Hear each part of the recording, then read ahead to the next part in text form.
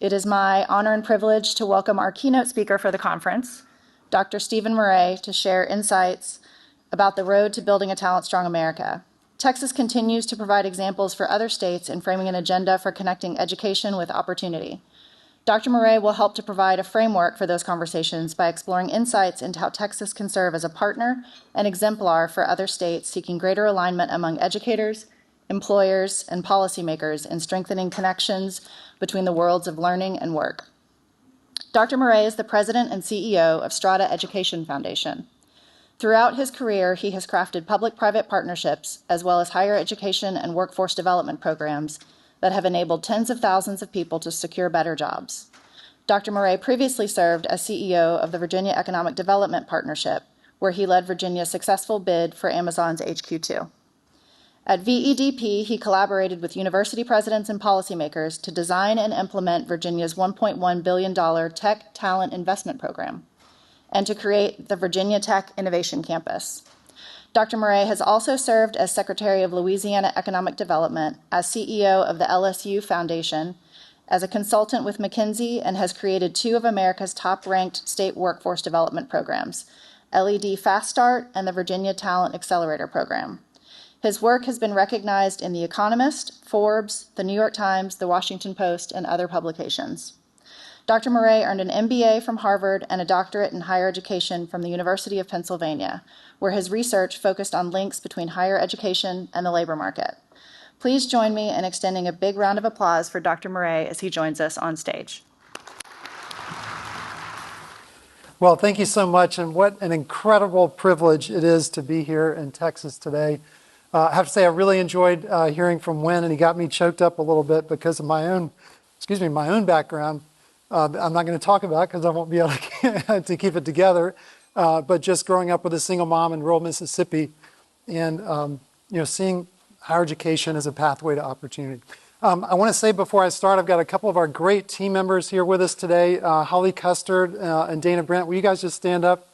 We've got a great team at Strata. We do a lot of work. There's Holly and Dana. Let's give them a round of applause. We do, as I told Wynn this morning, we do a lot of work in Texas, and we're looking to do more. Also want to say on behalf of all of us at Strata how grateful we are for the incredible leadership that Harrison Keller has provided over the last several years. And we are also quite optimistic about the leadership that Dr. Rosser is going to provide going forward. For many reasons, I've admired Texas for many, many, many years. I grew up in rural Mississippi, as I said earlier. I spent most of my adult life actually in Louisiana. No state in America better represents the American ideals of commerce, of opportunity, of entrepreneurship than Texas. If you sort of think about nationally the economic development community, if you had to say one short phrase about Texas, you would say Texas means business. I learned this up close many years ago when I was serving as Secretary of Economic Development for Louisiana, right next door, of course, to Texas, from 2008 to 2015. And I have to tell you that the single greatest challenge that we faced in economic development in the state of Louisiana is we were located right next door to Texas. I cannot tell you how much I wish there was one state in between those two states. We have in Louisiana created many years ago, about 25 or so years ago, a program that is now called the Taylor Opportunity Program for Students that provides basically free tuition for most students going to public college in Louisiana. And I used to joke that it should actually be called the Texas Opportunity Program for Students because people will get a free college education and a lion's share of them will come to Houston and Dallas and Austin and other places to go to work.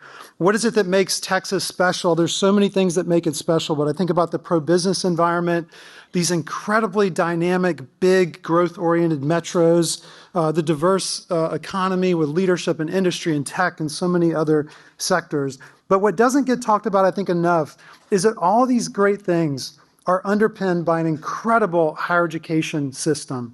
Some of the greatest public universities in America, the Public University Fund that's really helped make all that possible, some of the best community and technical colleges in America, and some of those with the greatest focus on meeting the needs of local and regional employers. I have to tell you, when we look nationally and we think about public higher education systems in the country, Texas is right up there as one of the very best, not just in general, but in the sense of its sort of responsiveness to the economy and how much it actually fuels the economy of Texas. You also have a secret weapon in David Troutman, one of the most productive leaders in any state higher education coordinating board. Yeah, let's give a round of applause in the country. And in addition to that great system, we work with most of the state higher education coordinating boards in the country. In one way or another, we're engaged in most of the states in the U.S. And I can tell you that the Texas Higher Education Coordinating Board is one of the very best, if not the best, in the country. So Wynn's got a great job he's taken over. I'm going to talk today about the road to a talent-strong America. There will be a few things in here about some places that Texas can get better, but I want to make sure I sort of set the context the right way. If we were to look at higher education around the country and say which states are doing the best job in terms of their higher education systems providing equitable pathways to opportunity, Texas is right up there. I mean, definitely one of the best in the country. So I'm going to identify some things that Texas we think can do a little bit better. But I just also want to place in the context of just remember there's no state that overall is doing better than Texas. They're doing better in some ways, but overall Texas is certainly one of the top few leaders in the country. So let me just jump in. I want to first talk about why we do this work. The thing that motivates us, and these are national numbers, I didn't get a chance to pull Texas specifically, but some of the things that really motivate our work at Strata. And by the way, at Strata, I should say, our entire focus is strengthening the link between education and opportunity. That's our entire focus at Strata. So some of the numbers that sort of motivate our work. There are roughly, last time I checked, this is a couple years old, but roughly 30 million adults in the United States. 30 million are working full-time and making less than $35,000 a year. More than 4 million of those have a bachelor's degree or higher. Second, half of recent bachelor's graduates with a terminal bachelor's degree in the United States are underemployed. They're working in a job that typically doesn't call for a bachelor's degree and doesn't really make use of those skills. Most of those actually remain underemployed a full decade later. And by the way, that's true in Texas as well. Texas is a little bit better than some other states, but it's a big challenge in Texas also. Millions of people struggling to repay their student loans, either because they didn't finish or they did finish and they didn't get a good enough job. We've also got 40 million adults who attended college but did not get a credential, and so typically don't have an economic gain from that. And then, as all of you are well aware, first-generation learners, low-income learners, and learners of color face additional obstacles every step of the way. These are the things that motivate our work at Strata. We believe fervently that there's a future that we can all bring to life, not only in Texas, but nationwide, in which higher education provides equitable pathways to opportunity for every learner. And that's what I'm here to talk about today. So Wynn hit on it earlier. One of the top things that people are looking for is to get a good job. It's definitely not the only thing. And by the way, it's really important for all of you that are lovers of higher education in this room. We believe in all the purposes of post-secondary education. So we don't think it's just about jobs, but we do believe that for the vast majority of students, being able to get a good job and a good economic pathway is absolutely essential to the reason they attended, in many cases, absolutely essential to their success.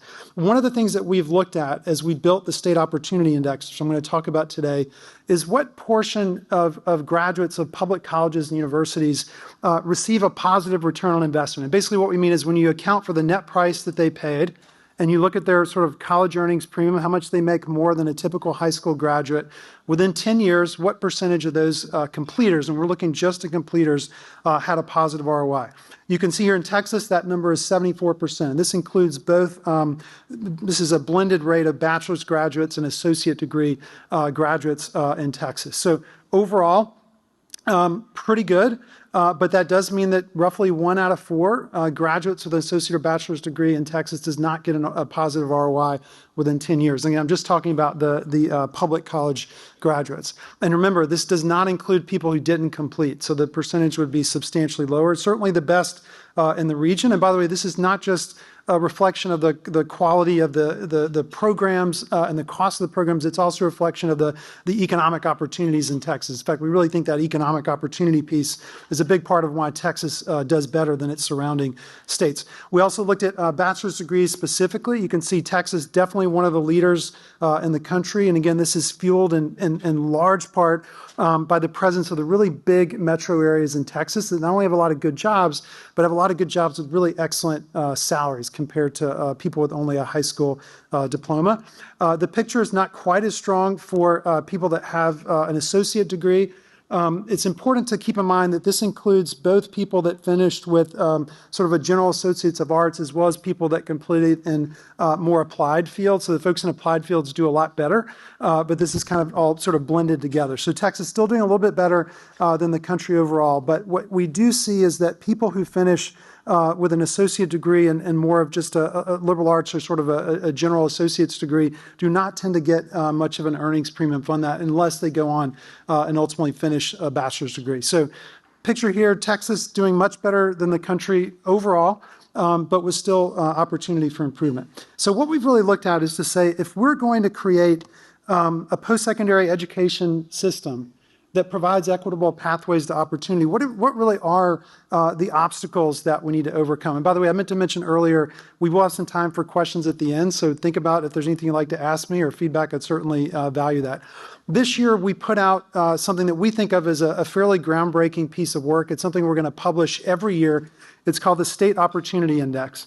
And all of the research we've done and research we've looked at from others suggested to us that there are really five critical elements, five keys, if you will, to creating equitable pathways to opportunity for people that are pursuing post-secondary education. Now, I want to sort of note here, we're not including completion, although completion obviously is absolutely essential and what so many of you are appropriately focused on. But this is really saying for those that do get access and do complete, how do we make sure they actually have a good economic outcome after they finish? So there's really five big opportunities. The first one is clear outcomes, ensuring that learners have good information about not just earnings outcomes, but occupational pathways whenever they're making a choice about pursuing some kind of post-secondary education opportunity. Also ensuring that policymakers have that information in order to better align what higher education is doing with the labor market. Second, quality personalized education to career coaching.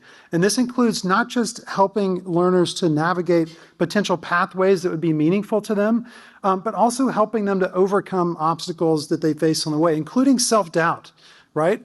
Having grown up as the son of a single mother in rural Mississippi, for me, it wasn't just a question of sort of how do I get from point A to point B. There was also a sense of actually having belief that I could even do that I was sort of worthy of that, and being able to overcome those obstacles along the way. So we think that sort of human touch piece is absolutely essential. It could happen in high school, it could happen in college, ideally a little bit of both. Third is affordability. That's obviously the front page issue, ensuring that we're not necessarily suggesting there should be no debt, but making sure that sort of the cost of education is not an insurmountable obstacle for students. Fourth is work-based learning. Think of paid internships or apprenticeships. Huge impacts on the quality of outcomes and the satisfaction of outcomes for those that complete paid internships compared to those that don't. I'll be talking more about that shortly. And then finally, employer alignment. Now, we're not saying that higher education needs to orient everything it does around employers, because obviously there's some other important purposes that higher education is serving for democracy and beyond.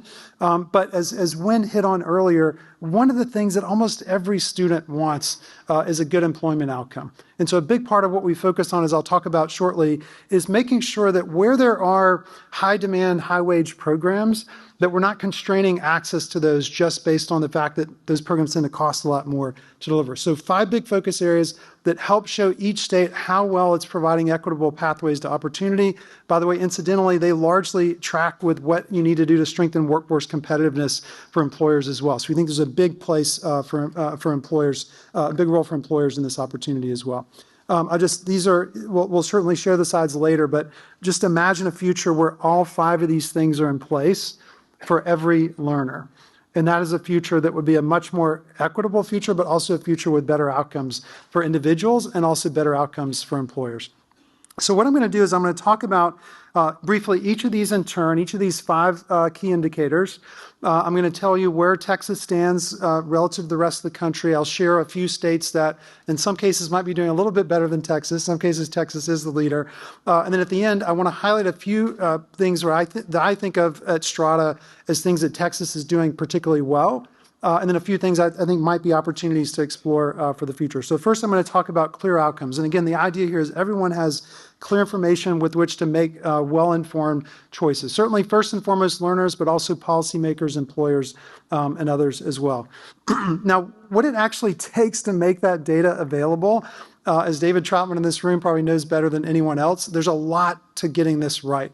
Like in concept, you just want to give people, access to this information. But what it takes to produce it, to collect it, to produce it, to make it available is a quite substantial effort. And we've essentially, working with experts around the country, including David, by the way, we developed a kind of a rubric for what would this include. Every state needs to collect the key data, and that includes not just degree credentials, but non-degree credentials, looking at outcomes, not just earnings, but also occupations and pathways. They need to integrate that data so you're connecting education completions with employment outcomes, make that data available, and then ensure that it's impactful for learners and for others. So we actually did a comprehensive study over about 15 months to see where every state stands. And by the way, for all 5 of these indicators, we've got all 50 states categorized as leading, advanced, developing, or foundational. Leading doesn't necessarily mean the state's perfect, but it means it's kind of at the top of the pile. So Texas is definitely one of the stronger states when it comes to clear outcomes, education, employment, data systems. You can see it's in the advanced category. There are a few states doing a little bit better, places like Kentucky and Virginia, and I'll talk a little bit about why that is the case, but this is certainly one of the places where Texas is leading. It's also another good example where, even though there might be a few things Texas can do better, it's really important to note that you really are leading the way for the country. So there are a couple things that Texas hasn't yet implemented, but there are other things where Texas has influenced the whole country and even the U.S. Census and how they do their work. But you can see here, breaking down those 10 elements that I talked about, again, still in the clear outcomes area, you see it's sort of a mix. So Texas is leading in things like interactive resources, researcher access, data sharing across state lines with the Post-Secondary Employment Outcomes Coalition. There are other areas. One in particular I want to highlight is enhanced wage records. Many of you may have never heard that phrase, but if you think that learners should have information not just to earnings, but to the types of occupational outcomes they should have, like what kinds of jobs do people get, this is pretty much the only way to get there with quality. Texas is a little behind here. There are other states. South Carolina just implemented this. I think West Virginia just implemented it. There are 20 states around the country right now that are working to do this. This is not something that the coordinating board can do on its own. In fact, I think it's largely in the hands of the Texas Workforce Commission. But if you think students need and deserve information about occupational outcomes, which I do, this is the way to get there. And that's really one of the key areas of improvement for Texas. So looking at some of the other states, you can see on each category, there's really no one state that dominates overall. On the right-hand side, we've sort of listed examples of the states that are leading. Kansas and Mississippi actually on non-degree and non-credit data. Louisiana with enhanced wage records. You can see some other examples down there. So again, Texas overall in the advanced position, but with some opportunity for improvement. Okay, I'm going to switch to quality coaching.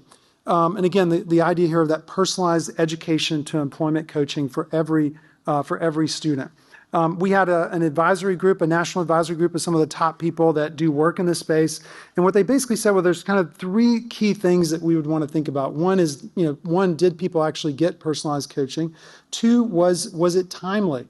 Right? It's not as helpful if it's, in the 3rd year of college. It's really critical as you sort of are in high school and really getting into selecting a major and so forth. So there's several questions there, with the ideal being either before or during the 1st year of college. And then what was the level of support provided?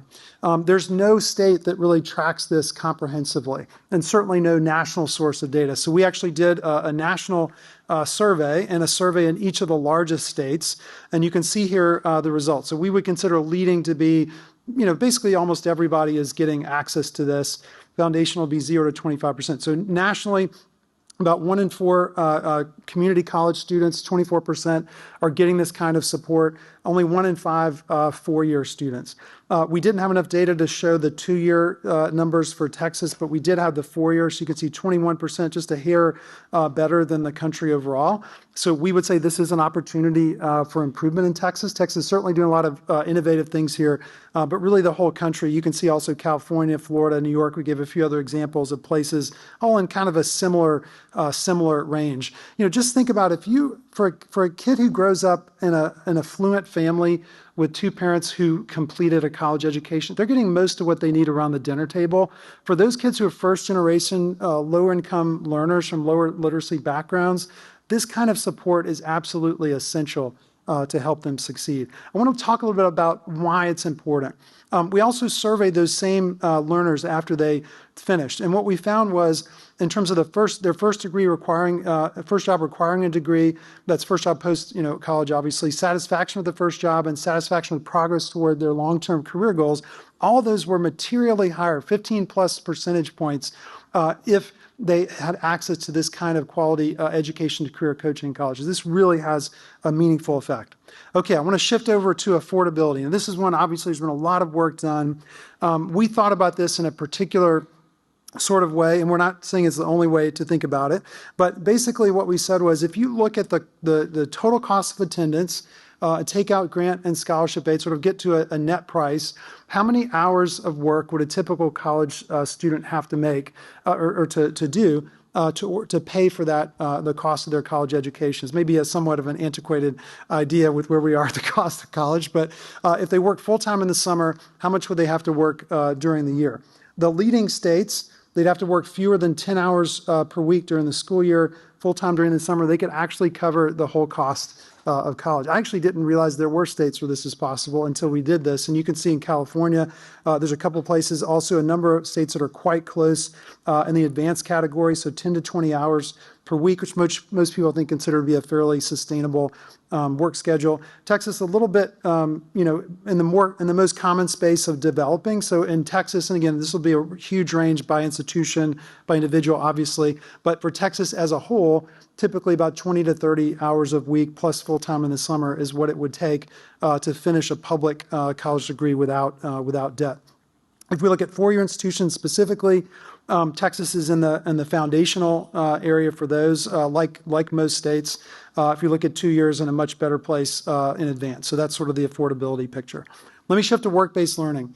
I talked about half of recent bachelor's graduates are underemployed. Half. If you haven't read our report on this, we did a really groundbreaking piece of work early this year with the Burning Glass Institute called Talent Disrupted.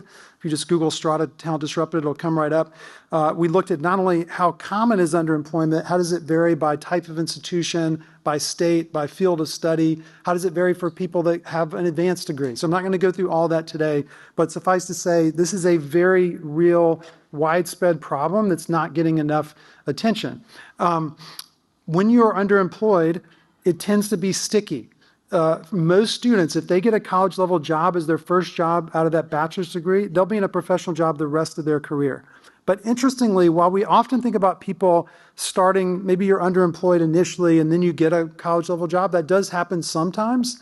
But it turns out what the data actually says, the strong majority of those who are initially underemployed are still employed a decade later. Why does this connect to work-based learning? We did a comprehensive analysis of all the predictors, type of institution, Pell levels at institutions, field of study. Field of study was the biggest single predictor, but the second biggest was whether someone had an internship. If a student had a single internship, one or more internships in college, their likelihood of being underemployed went down by 50%. Right, so this is a really, really big deal. It's also obviously a valuable opportunity for onboarding new employees. So again, not a single state in the country, not one state, not even the great state of Texas can tell you what percentage of their college graduates for the state as a whole completed at least one internship, and certainly not one paid internship. So we had to do a sort of a new national survey. We also did it in several big states. Basically, 2 simple questions. Did you complete an internship when you were in college, and was that a paid internship? Why is paid important? It's critical for equity. Many students cannot afford to do an internship unless it's paid. So these are the results of that. Nationwide, only about 1 in 10 community college students complete one. Now, it's important to note, obviously, many community college students are working full-time, so we're going to think about how we position that one for the future. But for the four-year institutions, only about 1 out of 4 nationally. And you can see Texas also, only about 26% of the recent graduates of public colleges and universities in Texas at the four-year level completed an internship. So basically 3 out of 4 do not. And I'm sorry, 1 out of 4 completed a paid internship. I think if we said paid or unpaid, it's closer to 50% plus or minus. But again, paid really being more the gold standard. So in line with the country, but with significant room for improvement. Again, what is the impact of that? First job required a degree. With no internship, 44%, unpaid, 62%, paid internships, 73%. Similar trends with satisfaction with the first job, satisfaction with progress toward long-term career goals. So internships matter, paid internships matter in particular. There are several states nationally that are really setting out ambitious goals. In Virginia, for example, their state leaders have set out a goal that every public college graduate in the state should have access to at least one paid internship or an equivalent learning opportunity. They haven't yet figured out how to do it, but they do have the goal. So that's the area there. Okay, the last one and the most complex one is employer alignment. We really had to do some groundbreaking work to get this done. We looked at this in 2 ways. One is what percentage of the bachelor's graduates were able to get some kind of college level occupation. And to be clear, this doesn't mean an engineer worked as an engineer, an engineering graduate worked as an engineer. It means that the engineering graduate got some kind of college level job. If they went to work for a consulting firm, that's still, a college level occupation. So half of it was, did you get a college level job? The other half is we actually did a sophisticated analysis of about 10 high wage, high demand occupations that are high wage, high demand in every state. And we actually assessed how closely does the production of credentials that lead to those occupations match the early career hiring demands of employers in that state. And so we have state-specific outcomes for all 50 states. So half of it was looking at the college level employment rate for graduates, half of it looking at basically a ratio of supply versus demand in these high wage fields. And you can see, I realize the font's kind of small, but things like cybersecurity, data science, nursing, engineering, looking at some of these really high wage, high demand occupations. So the big takeaway here is there's not a single state that did well overall. So first of all, Texas, a little bit better, as I said, in the rest of the country. I think that's 57% of early career individuals. These are folks that are aged 26 to 30 with a bachelor's degree but no graduate degree. About 57% of them by that age range have a college level job, which is to say 43% do not, right? So that's a meaningful problem. We also looked at that supply-demand ratio for opportunity jobs, or these high-wage, high-demand jobs by state. Texas a little behind there now. Now, one thing that I know about Texas that was unfortunately something we weren't able to incorporate into our analysis is we just looked at what the post-secondary education institutions are producing compared to what the demand is in the labor market. What that does not include is in-migration. And this is a place where Texas is a huge national leader. I know this very well, having lived in Louisiana many years. So it's important to note that this does not take into account in-migration. Last time I looked at this closely, which was 10 years ago, my recollection is that Texas met something like 70% of its job demands for college grads with in-state folks, and they got the other 30% for free from the other 49 states. So it's not a bad strategy, but you do want to make sure that you're ensuring that your in-state students are getting access to those good jobs as well. So looking at putting those two things together overall, there are a few states that are doing a little bit better than Texas. Texas in the developing category, the most common category nationally. I should also note one of the reasons that Texas shows up there is that it's tended to be one of the higher growth states, right? So you got like West Virginia, I should say, like when I was looking at the opportunity jobs, did a little bit better than Texas, but part of that's because they don't have as much growth as Texas, so it's easier to meet those job needs. So again, this does not take into account interstate migration of talent, but it does kind of show that there are some opportunities in Texas to strengthen employer alignment. You can see a little bit some of the where Texas shows up overall. Nursing is one of the categories where Texas is more behind than other states. Data science, another place. On the other hand, Texas tends to be leading in the more of the technician jobs as well as software engineering pathways as well. And you can see what some of the other states are that are leading there on the right. Okay, I want to transition now to talk a little bit about just a few examples of where I see Texas leading the way toward a talent-strong America. There are probably another dozen things I could put on this slide. Part of the challenge of being the speaker is I only want to talk about things I actually know something about. But I did want to highlight a few things that I think Texas is doing particularly well. The Building a Talent-Strong Texas plan for higher education is ambitious, and it has a big focus on credentials of value. I think this is a great opportunity for Dr. Rosser and the whole team to build on, continue to advance. Second, My Texas Future. I can't say we've done an exhaustive look at all 50 states, but I certainly have looked at many, many of these around the country, as was our team. We think this is likely the best of its kind in America, and it's getting better every day, as you know. Third, House Bill 8, transformational. I mean, absolutely transformational, especially if this next session goes well with full funding and a few other tweaks I know that have been talked about. We think this is a big opportunity, not just for affordability, but for employer alignment as well. My prediction is if the legislature, and I know there's great support for this, and the state continues to follow through, this will be adopted by many states around the country, but Texas will have a head start, which is really exciting. Another affordability opportunity with FAST, the financial aid for SWIFT transfer. By the way, one of our board members at Strata is Mike Flores, the head of the Alamo College's district, and he was sharing several of examples of really high-impact things that are already happening thanks to these legislative efforts in the Alamo district, and I'm sure that's true statewide. Another opportunity that we see that's been great in Texas is the Texas State Technical Colleges funding model. I forget what it's called, but really, really cool, and something I'm hoping that others will emulate. And lastly, and again, there's many other examples, but Texas has literally created an entire new sort of model at the national level with the U.S. Census and the Post-Secondary Employment Outcomes Coalition. David Troutman, literally more than anyone in the United States, has provided inspiration, leadership, and vision for this. It's one of the biggest things that Strata funds because we believe in it so much. There's a lot of things that it has achieved, but one of the most important ones is that it enables states to see not just the outcomes for students that stayed in state, but for the outcomes for students who left the state and went elsewhere. One other project I should have put up here is at the University of Texas, we're helping fund with our Beyond Completion Challenge a special effort to kind of experiment with certificates for some of the degree programs that don't have particularly good employment outcomes to see if you add a sort of an industry relevant certificate, could that improve employment outcomes? There's so many more examples, but those are a few. I can't think of another state where we'd have as many examples that we'd list. So Texas is very much on a strong track.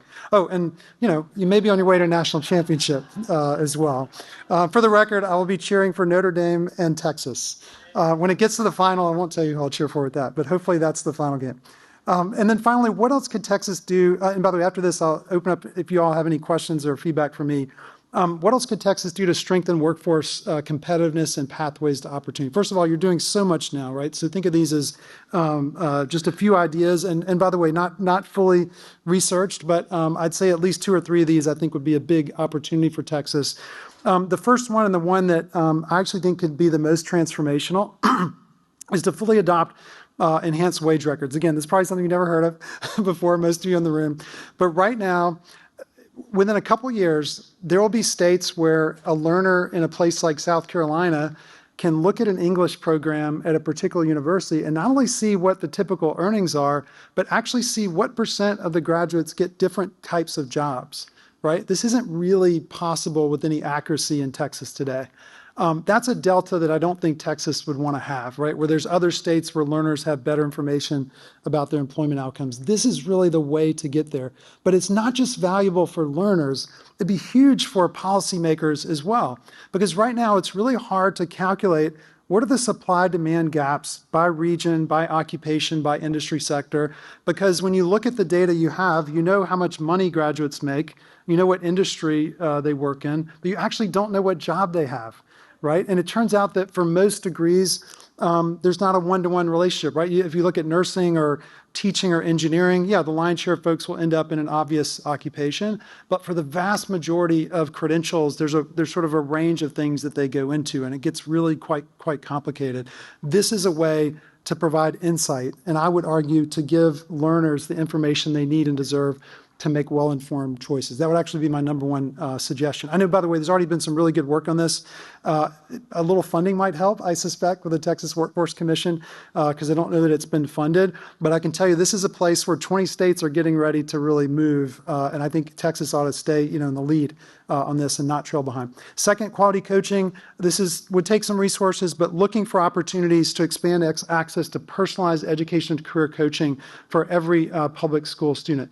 The state of Mississippi, with far less resources than Texas, has actually created a dedicated career coach in every public high school in the state. I think it's going to have a transformational impact. They're about 3 years in. Other states are looking to do things at the college level as well. Affordability, there's already a lot of great things happening in Texas, but I think there could be more because obviously some states are doing better on that. And work-based learning, this will be the vanguard. There's more and more states that are looking to provide work-based learning opportunities for more students. This is a complex problem because it requires capacity at the institution level. It requires making things as easy as possible for employers, maybe with some incentives for them as well. And there's probably a role for intermediaries. This would be a place that Texas could really lead, particularly with the scale that you have. But it's also a really vexing problem because we can't yet point to a state that's nailed it. But I can tell you there's some other states that are really making it a big priority. And finally, employer alignment. As far as we can see across the country, what Texas is doing with community colleges, with HB8, and what it's done previously with the Texas State Technical Colleges really is nation-leading work. The question I would just raise is, are there some tweaks? I'm not talking about a redo maybe at the same scale, but are there some places where it might make sense to have a similarly targeted effort at the public four-year institutions, the public four-year colleges and universities in the state? Are there programs, as there are in many other states, where capacity is constrained not by student interest in these high-wage, high-demand programs, but by resources, basically, right? Because when you look at engineering or computer science or nursing or data science, right, the faculty salaries 2 or 3x what they are in other areas. There's higher lab costs and so forth. If the state doesn't account for that, it has created, it doesn't fully account for that, it has created a literal disincentive for institutions to respond to that demand. And those are programs that consistently generate high outcomes. So those are a few examples. I know there's so many other things you guys are doing that are great that I didn't hit on. Just understand I only did not hit on them because I'm not as close to them. I don't want to talk about things I'm not familiar with. So with that, again, so happy to be here.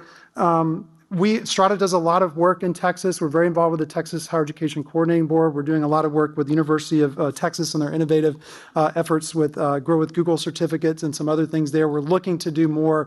I admire this state. I'm a big fan of Texas. Excited to be here and would certainly welcome any questions you might have for me. Thank you.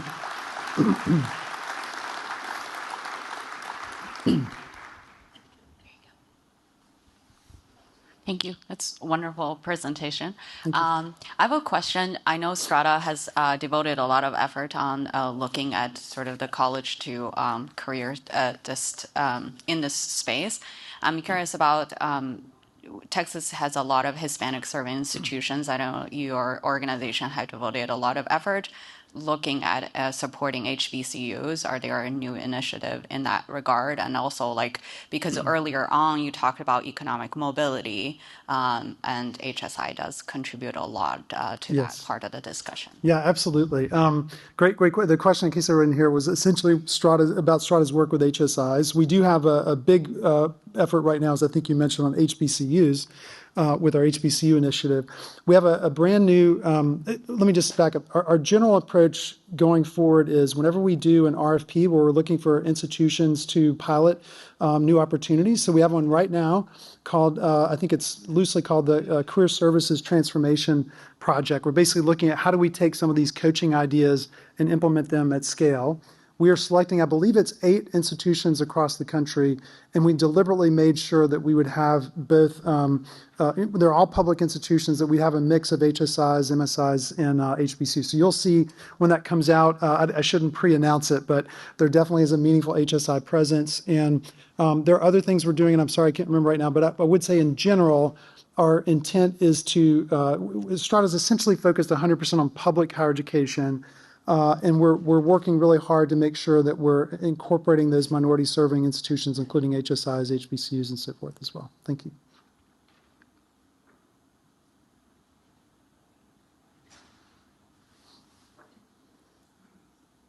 I'm sorry, sorry. I have Yeah, the go. mic, so I'll go. Thank you so much. Rebecca Karoff, University of Texas System, and very grateful to Strata for all the support you've given to our micro-credentialing work. My question is that this opportunity index is so methodologically, I think, beautiful, sophisticated, but I worry about how it could be reductively interpreted Yeah. or used, and I worry especially about not all degrees are going to lead to high wage jobs, but they will lead to really socially impactful, critical, maybe lower paying, but high demand jobs, things like social work, things like Yes. teaching. How do we make sure that those jobs are also encouraged, supported? And also, there will be this hierarchy of disciplines and degrees that I worry just will shunt to the side other degrees that have great value in the market, especially over the long term. Things like philosophy, literature, sociology, history. So I'm just wondering how you might respond to that. Yeah, I can't tell you how happy I am that you asked that question. I may not have made it clear, but we made a really important choice when we put together this analysis. And I may not have described it quite clearly enough, but what we are measuring is not the absolute ROI, but the percentage of graduates with a positive ROI. So if you think about someone who works in social work or as a teacher, those are college level jobs. They're essential jobs to society. We are saying, let's make sure that we haven't made the cost of getting that credential so high, right, that in 10 years they're not able to pay it back even with that earnings premium. One of the things we've been really careful to do, I mean, I know our work has a fairly job-centric orientation, but we are deep lovers of higher education at Strata. We believe in the liberal arts, for example, deeply. And we really want for our work to be helpful, across the board. And I think one of the most important things I would convey is we're not looking at trying to sort of push people into different fields. People are going to study what they want to study and what they're good at and what they're interested in. We think that's great. But when we get to the second point I would make about the liberal arts is, for those programs that don't necessarily have like sort of a one-to-one connection to a high wage outcome, the way like an engineering field or computer science might have, we think all these other things are even more important, right? So if you're studying English or history or political science or philosophy, the importance of internships is even greater for those fields, right? So part of our hope, and one of the things we're trying to communicate to faculty and folks out there that really care about the liberal arts is this isn't about like STEM versus liberal arts. We actually believe that all of these things that we're working on are critical for liberal arts. In fact, I think the reason to a large extent, maybe I shouldn't say the reason, but I think one of the leading reasons that there's been a decline in enrollment in many of those liberal arts programs is there hasn't been a clear enough path to a good job after employment, after graduation, even though many of them do get good jobs, right? And so part of what we're trying to suggest is here are all the things you can do. Study whatever you want to study, right? But think about making sure you have at least one internship, if not 2 or 3 while you're in school. If you study a field that doesn't have a meaningful quantitative reasoning focus, maybe do something with data literacy. Like sort of think about kind of having a little balance. We're hopeful that the work we're doing could actually strengthen the liberal arts, not hurt it. I hope that makes sense. Thank you for the question. And I know there was a question up front here as well. Yeah.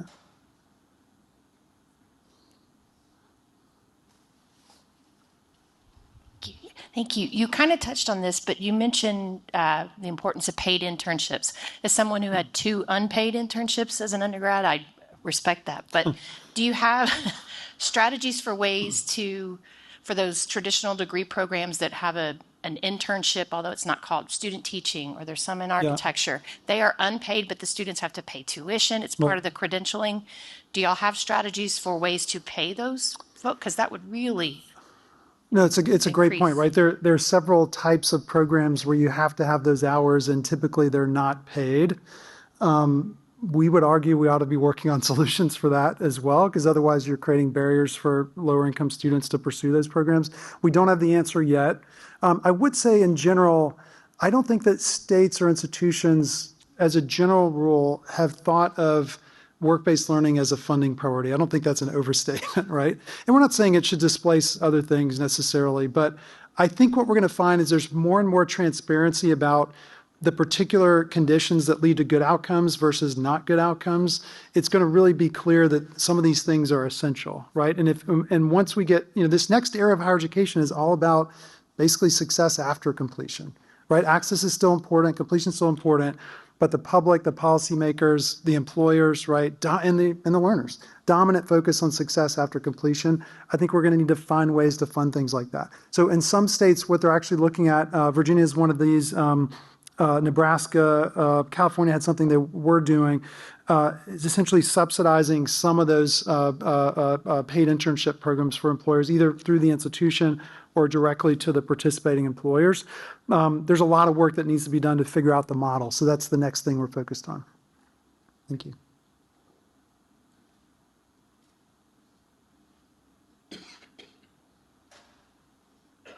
Any other questions? We've got time for one more.